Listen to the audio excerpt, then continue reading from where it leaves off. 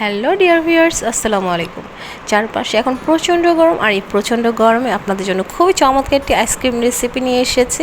আর আমার এই আইসক্রিমটি হচ্ছে চিড়া দিয়ে আইসক্রিম। আর চিড়া দিয়ে যে এত চমৎকার আইসক্রিম বানানো যায়, ইউটিউবের কোথাও এরকম একটি রেসিপি পাবেন না। আর আমার এই পারফেক্ট রেসিপিটি পেতে হলে ভিডিওটি না টেনে পুরো ভিডিওটি আপনাদের দেখতে হবে। এখানে আমি মূল রেসিপিতে চলে এসেছি। চুলায় একটি হাঁড়ি বসিয়ে দিয়েছি, আর দিয়ে দিতে হবে 1/2 লিটার পরিমাণে দুধ। এখানে আমি গরুর দুধটা নিয়েছি, আপনারা যে কোনো ফুল ক্রিমের দুধটা নিয়ে নেবেন। আর নিয়ে নিয়েছি 1/2 কাপ পরিমাণে কনডেন্স মিল্ক। 3 চা চামচ পরিমাণে আমি কর্নফ্লাওয়ার নিয়ে নিয়েছি, এবং কর্নফ্লাওয়ার সামান্য দুধ দিয়ে ভালো মতো গুলিয়ে দুধের সাথে খুব ভালোভাবে মিক্সড করে নিচ্ছি। এখন আমি চুলাটা অন করে দিয়েছি। খুব ভালোভাবে 5 থেকে 6 মিনিট অনবরত নেড়ে চেড়ে এটা রান্না করতে হবে। যখন এই দুধটা একদম ঘন হয়ে আসবে, তখনই চুলার আঁচ নিভিয়ে দিতে হবে। আপনাদেরকে আমি দেখিয়ে দিচ্ছি, ঠিক এরকম ঘন, এর চেয়ে বেশি ঘন করার কোনো প্রয়োজন নেই। ঠিক এরকম একটা ঘনত্ব যখন চলে আসবে, তখনই চুলার আঁচটা নিভিয়ে দিতে হবে। আমি চুলার আঁচ নিভিয়ে দিয়েছি। এখন এটাকে খুব ভালোভাবে ঠান্ডা করে নিতে হবে। এখন আমি নিয়ে নিচ্ছি 1 মুঠ পরিমাণে চিড়াটাকে বেশ কয়েকবার ধুয়ে নিতে হবে। আমি 3 বার এভাবে পানি দিয়ে ভালো মতো কচলিয়ে ধুয়ে নিয়েছি, যেন চিড়া থেকে সমস্ত ময়লা চলে যায়। এভাবে চিড়াটা খুব ভালোভাবে ধুয়ে নিতে হবে। এখন আমি কিছুটা পানি দিয়ে 5 মিনিট চিড়াটাকে ভিজিয়ে রাখবো, তার কারণ চিড়াটা ভালো মতো ফুলে যাবে।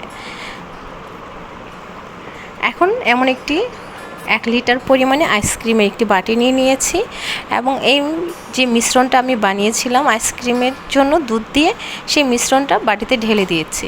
আর চিড়াটা আমি ভালো মতো এভাবে পানি ছেঁকে নিয়েছি, যেন চিড়ার মধ্যে কোনো পানি না থাকে। চিড়ার মধ্যে কোনো পানি থাকা যাবে না। এবং চিড়াটা এই দুধের গায়ে ভালো মতো এভাবে মিক্সড করে দিচ্ছি। এখন আমি ঢাকনা দিয়ে ঢেকে ডিপ ফ্রিজে রেখে দেবো প্রায় 2 থেকে 3 ঘন্টা পর্যন্ত। আর এই 2 থেকে 3 ঘন্টার মধ্যে এই আইসক্রিমটা কিছুটা জমে আসবে। একদম পুরোপুরিভাবে জমানো যাবে না, জাস্ট শুধু কিছুটা জমে আসবে। আমি 3 ঘন্টা পরে চলে এসেছি, আপনাদেরকে দেখিয়ে দিচ্ছি সাইড থেকে কিভাবে জমে আসছে। আপনারা দেখতে পাচ্ছেন, কিন্তু পুরোপুরিভাবে একদম জমে যায়নি। আপনারা দেখতে পাচ্ছেন কিভাবে জমে আছে, ঠিক এইভাবে জমিয়ে নিতে হবে। যদি আপনাদের এইভাবে 2 ঘন্টার মধ্যে জমে যায়, তাহলে আপনারা 2 ঘন্টা পর নামিয়ে নেবেন। আর যদি 3 ঘন্টা লাগে, তাহলে 3 ঘন্টা পর নামিয়ে নেবেন। এখন একটি কাচের বাটিতে আমি মিশ্রণটা ঢেলে দিচ্ছি, এবং এই মিশ্রণটাকে এখন একটি ইলেকট্রিক বিটার দিয়ে আমি বিট করে নেব। আপনাদের কাছে যদি ইলেকট্রিক বিটার না থাকে, তাহলে ব্লেন্ডারে 5 থেকে 6 মিনিট হাই হিটে ব্লেন্ড করে নেবেন।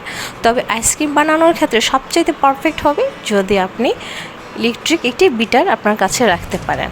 আর এভাবে ইলেকট্রিক বিটার দিয়ে আমি 5 মিনিট আইসক্রিমটাকে আমি এভাবে বিট করে নিচ্ছি। এতে করে একটি ফর্ম চলে আসবে, এবং এই ফর্মটার কারণে আইসক্রিমটা খেতে খুবই ভালো লাগবে। এভাবে আমি 5 মিনিট বিট করে নিয়েছি। এটা খুবই সফট এবং ফর্মি হয়ে এসেছে। এখন আমি আইসক্রিমের বক্সের মধ্যে ভালো মতো ঢেলে দিয়েছি, এবং উপরে কিছু বাদাম দিয়ে সুন্দর করে সাজিয়ে দিচ্ছি। এখন ঢাকনা দিয়ে ঢেকে আমি ডিপ ফ্রিজে রেখে দেবো, একদম পুরোপুরি শক্ত হয়ে জমা হওয়া পর্যন্ত। আমার এটা প্রায় 6 ঘন্টা লেগেছে জমতে। 6 ঘন্টা পর আমি আপনাদেরকে দেখিয়ে দিচ্ছি আমার আইসক্রিমটা কত সুন্দরভাবে জমে গেছে। এবং ফ্রিজ থেকে নামানোর ঠিক 5 থেকে 6 মিনিট পর আইসক্রিমটা কাটার চেষ্টা করবেন। এতে করে আইসক্রিমটা খুব সুন্দরভাবে কাটা হয়ে যাবে। তবে ফ্রিজ থেকে নামানোর সাথে সাথে আইসক্রিমটা কাটতে যাবেন না, ওই পর্যায়ে আইসক্রিমটা ভালোই শক্ত থাকে। আর তাই 5 থেকে 6 মিনিট পরে আইসক্রিমটা এভাবে বাটিতে সার্ভ করে নেবেন। ট্রাস্ট মি গাইস, এই আইসক্রিমটা খেতে যে এত মজা হয়েছে, যখন আইসক্রিমটা খাচ্ছিলাম কিছুটা চিড়া দাঁতে কামড় লাগছিল, এবং খেতে ভীষণ ভালো লাগছিল।